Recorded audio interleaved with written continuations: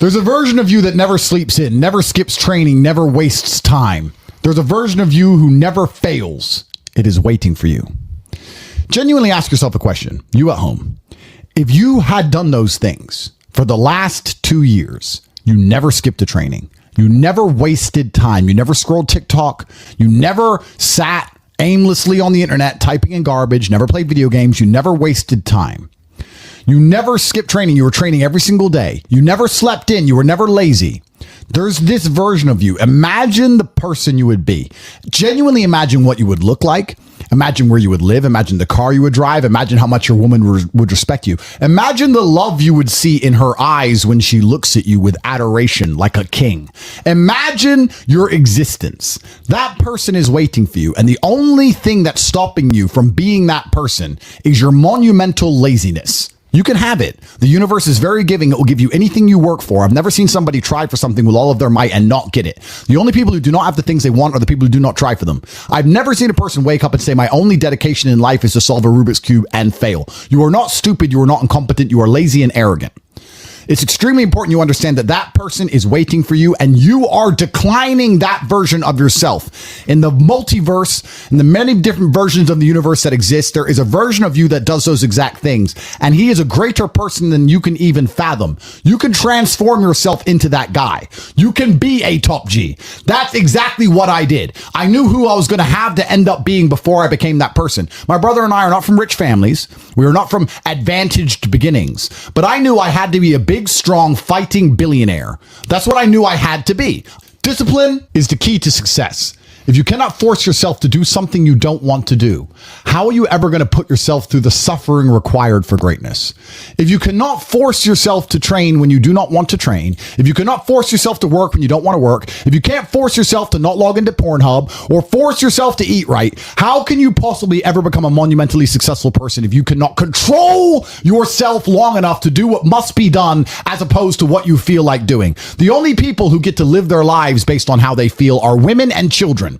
Children can cry because they feel like crying, as can a woman. A woman can start an argument because she feels like arguing, as can a child. A man must do what he is supposed to do irregardless of how he feels. That is the key component to masculinity, is discipline.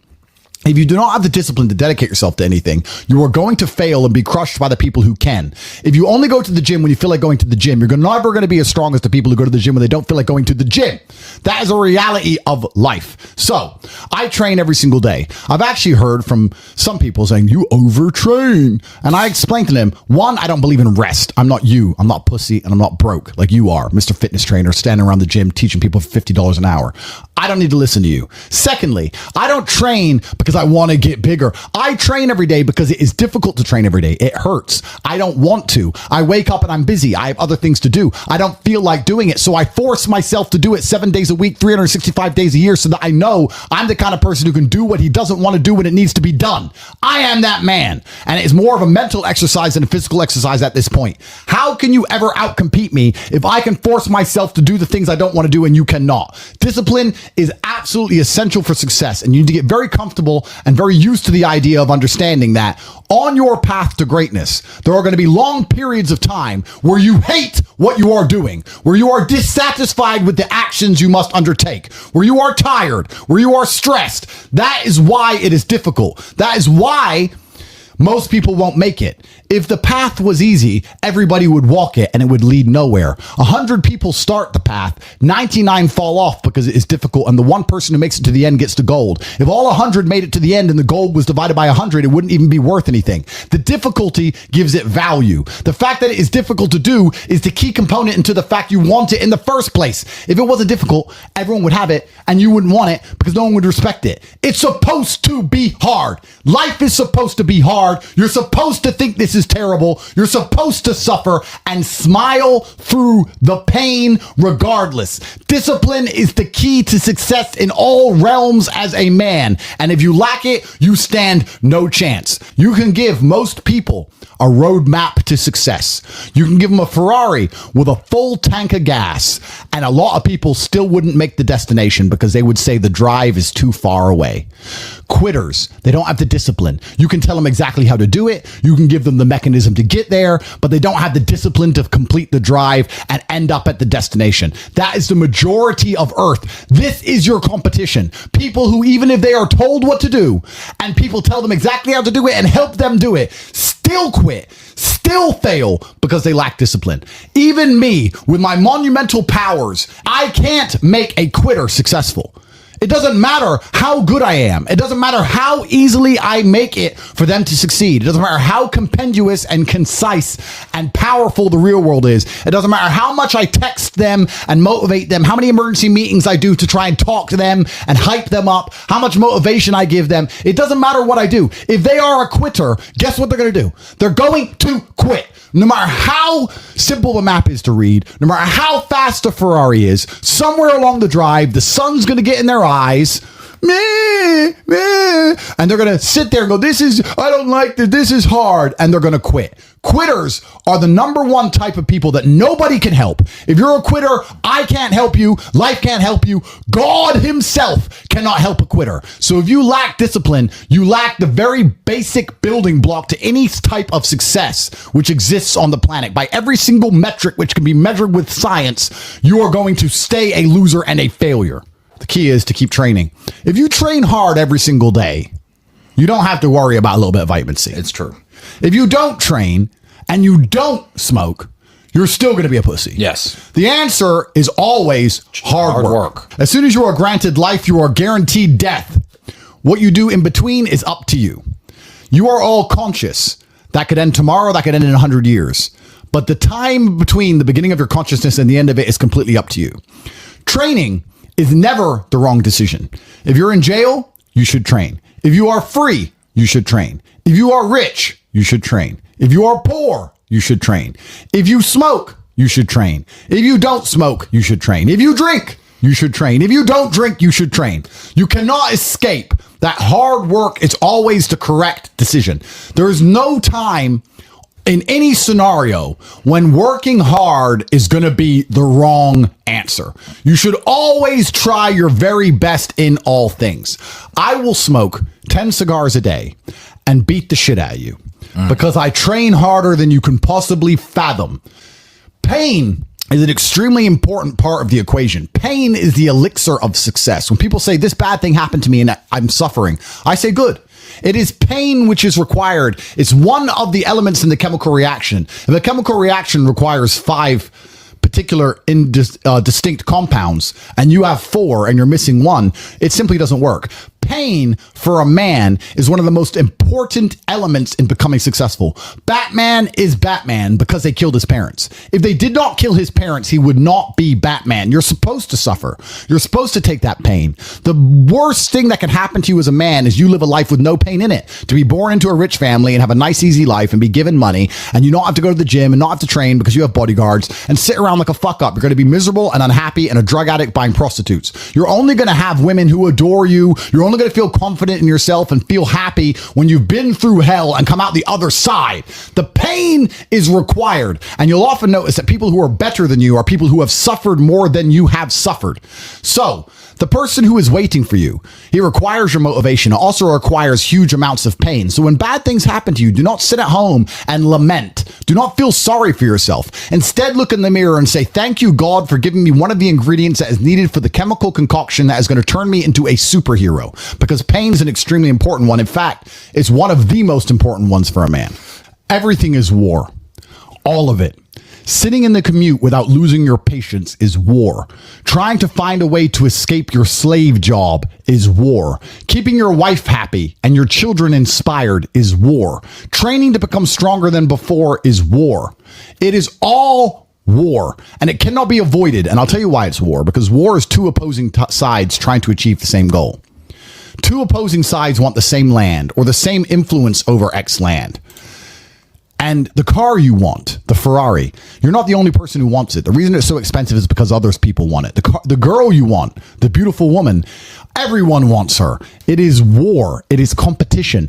Everything about life as a man is war. It is conflict because you are competing against the other men who want it the same, which is why discipline is such an important thing, which is why you must take the pain and add it to the concoction to become as formidable as possible.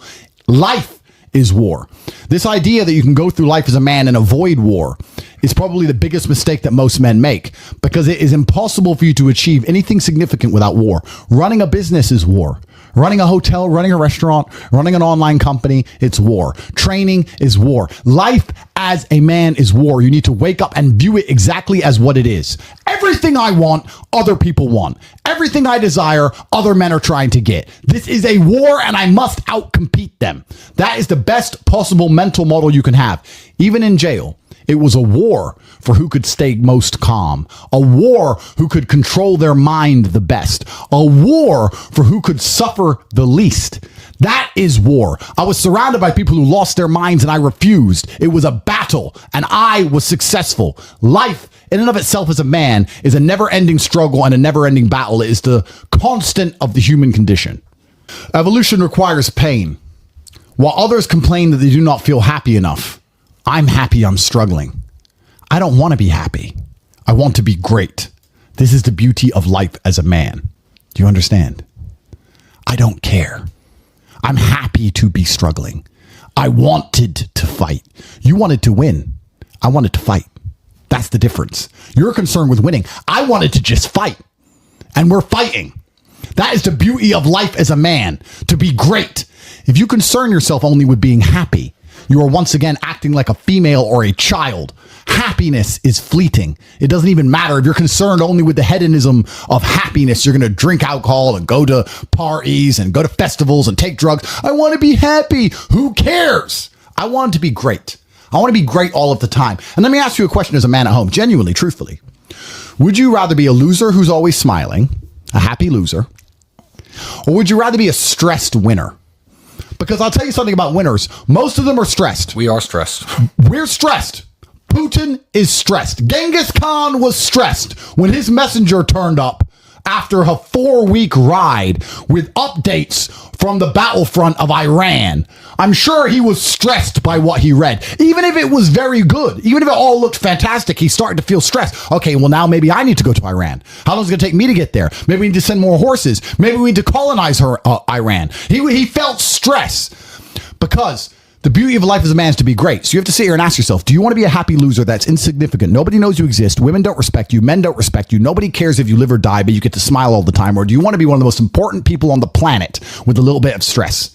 I am brilliant because I've decided to be brilliant. And if I have to sacrifice happiness to be brilliant, then that's fine. You know what the great thing about it is? You know, it's amazing what God gives, how the whole world becomes full circle. If you stop caring about being happy and you start caring instead about being great, guess what you end up being? Great. Along with great. And you know what? Yeah, happy. You end up happy if you forget about happiness and try to become great. You will never be successful if you're concerned about being happy, so forget about it. I like to consider myself a wise old man, and I'm trying my best to encourage and instigate a revolution amongst the youth where men take absolute self-accountability and they believe in themselves and they take responsibility for absolutely everything. As a man, you are most formidable if everything is your fault. If it rains outside and you get wet, that is still your fault.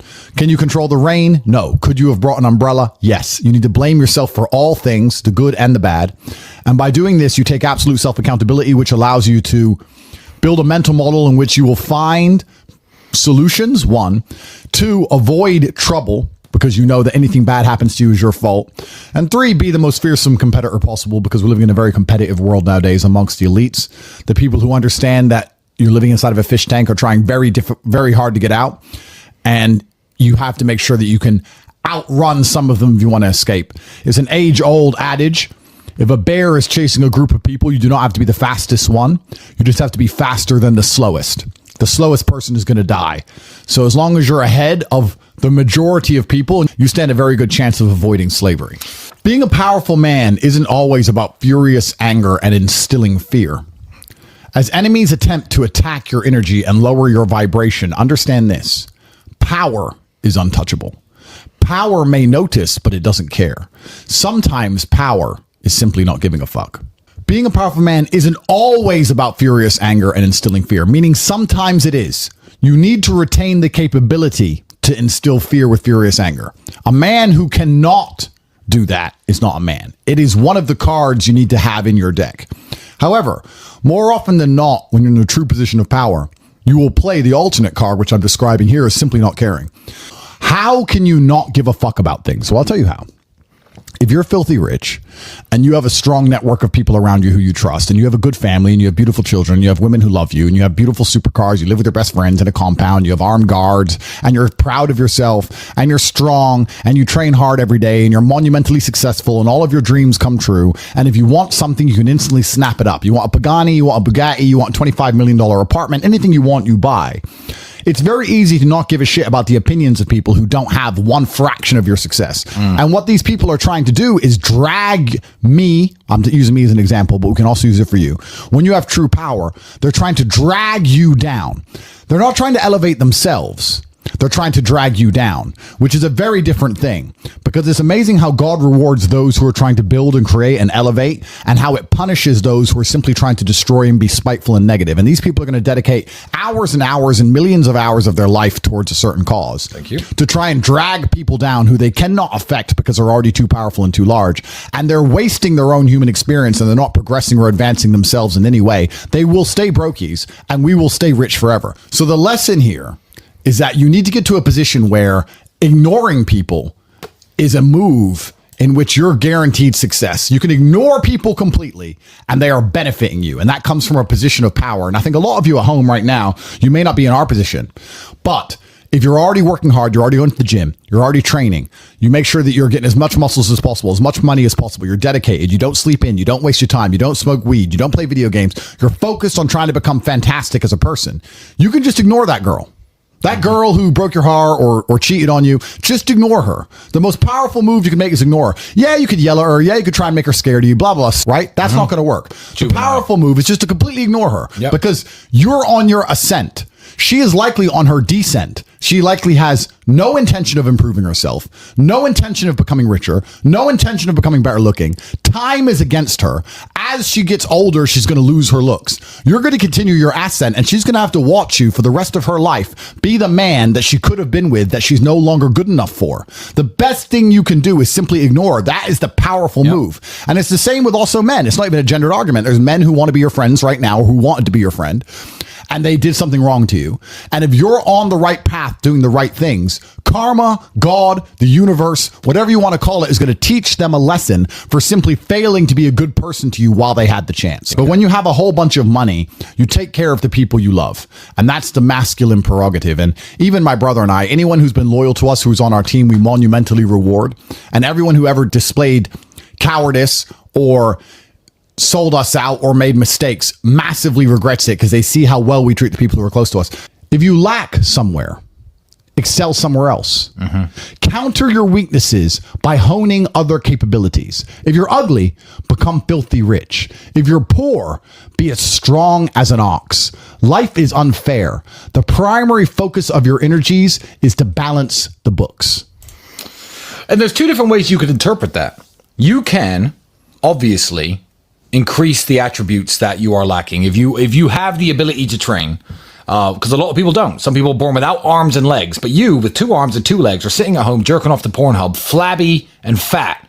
If you have the ability to train, you should be doing it. But also, there are some things that some people are just better at, and you can counteract that problem by teaming up with people who compensate for your weaknesses. People who are strong in areas where you are weak, and you team up with people where you are strong in areas where they are weak. I don't think between the people in this house and our group of friends, we lack anything. Correct. Anything. Correct. Literally anything. We can sit as a group and have a conversation about anything with anyone in the world and give useful insight and change people's lives for the better, because although I am not perfect, our team compensates one for each other. And that's the point of brotherhood. So excel in one area if you lack in others. I have people say to me, Andrew, I'm short. What do I do? I'm short. Okay, God made you short. Fine. Good. Doesn't matter. You can't change it. What you can do is become as strong as an ox and become filthy rich and monumentally important and extremely influential. You can do that. People say, I'm poor. You should be strong. Oh, I'm strong, but I don't have any money. Okay, then teach others to be strong. Yes. There's always a way you can take your advantages and use them. And by teaming up with other men, other people, you can build a team in which there are no weaknesses. So if you have a disadvantage, you also have somewhere God has given you a distinct advantage over others. And it is your duty to excel in that realm. It is your duty to become so monumentally influential and powerful within that specific criteria in which you have the capability to be brilliant, that your weaknesses no longer appear because they can be simply overshadowed by your network or overshadowed by your absolute competence. By constructing the correct mindset, you can be in the exact same scenario you're currently in, living the exact same life with a different mental model in which you view the world, and you will not only feel more powerful, you will be more powerful, you'll achieve more amazing things, you will be greater, you will be happier with the same car, the same woman, the same house, the same income, the same everything, but your mind changes the lens in which you view the world. Lenses change things. Rose tinted glasses, perhaps dark glasses. You can put glasses on, change the lens, and you can view the world differently by changing how your mind is constructed and put together and the way you view the world. That is the point of mental Aikido.